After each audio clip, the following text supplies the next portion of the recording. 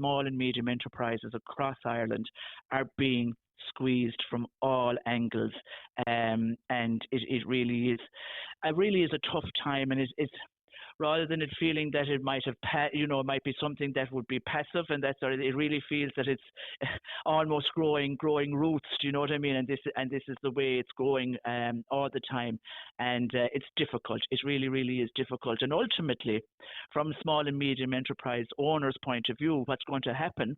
And I think the government need to realise this is that employment levels will go down. You know what I mean? And none of us want that to happen. But if you're being squeezed and if the cost of everything is going up and that sort of thing, the result of that is that jobs will be lost. And there's profitability concerns with the, increasing costs and everything. And from your point of view on the ISME Council, what kind of cost pressures are businesses facing? Is it one of the main concerns? It certainly is, Lily. I mean, the cost pressures are coming from all angles. Energy bills rising, insurance premiums rising. The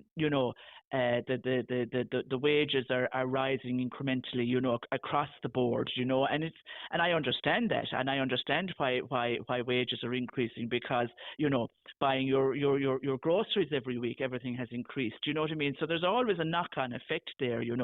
But what'll happen is, especially when these sort of costs that the government don't seem to be doing anything about it, you know what I mean, are making it so regulatory difficult for the businesses to benefit from them.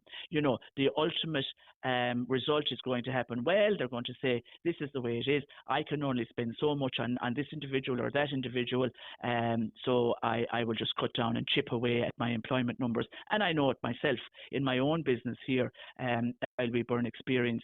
We are a tourism business, which in itself is a fickle enough year in the way it ebbs and flows depending on the time of year. But our overall strategy has been for the last 2 years, and I just had my AGM yesterday, to, as I said in the minutes, to chip away at employment levels. Are staff costs a challenge, I guess, as well, affecting competitiveness? The funny thing is, staff costs, while they are rising, I can see the reasoning behind it. If I need more money in my pocket to fill my tank with petrol for getting to work every day or something like that, you know what I mean? I can see where our team members and employees need the increases. But again, as I say to you, if government aren't doing anything about helping us as businesses, and making it very difficult sometimes when there are supports available, with all the paperwork and that sort of thing, it makes the funding kind of inaccessible. Do you know what I mean? So it defeats the purpose of the whole help in the first place if it's too difficult to access. Do you know? So it's a vicious circle. The suggestion is in reading this report today that regulatory pressures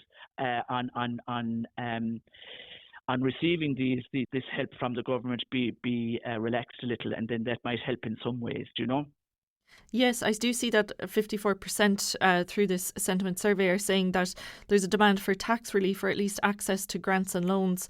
Could the government perhaps, look forward to the budget 2027, seeing some income tax credits, making this a priority? Yeah.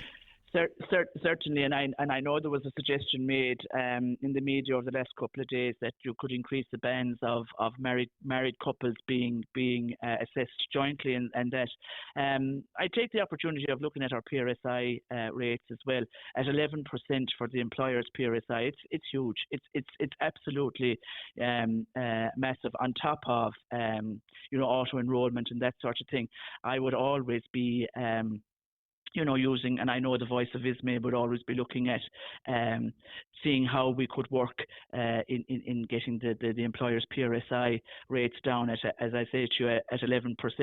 It makes a huge difference, and it's a very high rate of social insurance.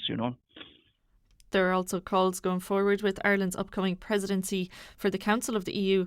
2/5 of businesses are calling for simplification of EU regulatory requirements. How do you see this affecting SMEs? Maybe would that provide some support? Well, it would, and I suppose that's to do with exports and that sort of thing. And if anything is difficult, if anything it requires an awful lot of paperwork and that sort of thing, the nature of small and medium enterprises is that we don't have a dedicated financial person, we don't have a dedicated HR person, we don't have a dedicated. We're doing a lot of those roles ourselves, or bits of them ourselves. So we would look to the European Parliament, and while we have the chair of it, to try and influence for SMEs across Europe, because all of these pressures and regulatory difficulties, it's not just Ireland that feels it, it's small and medium enterprises across the European Union. Do you feel that there's hope for the small medium enterprises going forward in this economic condition if nothing changes? I do, Lily, because I deal a lot with small and medium enterprises, and that's what we're made up of here in North Clare, for example, and they're a resilient bunch. We've been through a lot over 50 years for our own business ourselves. We're open 50 years this year, and there's been a lot of upheaval up and down over the years, but I just...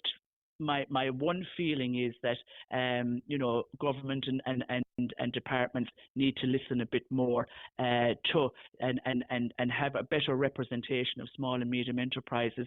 For example, on the LEAF board and stuff like that as well. We need more access to the departments to be able to be heard properly.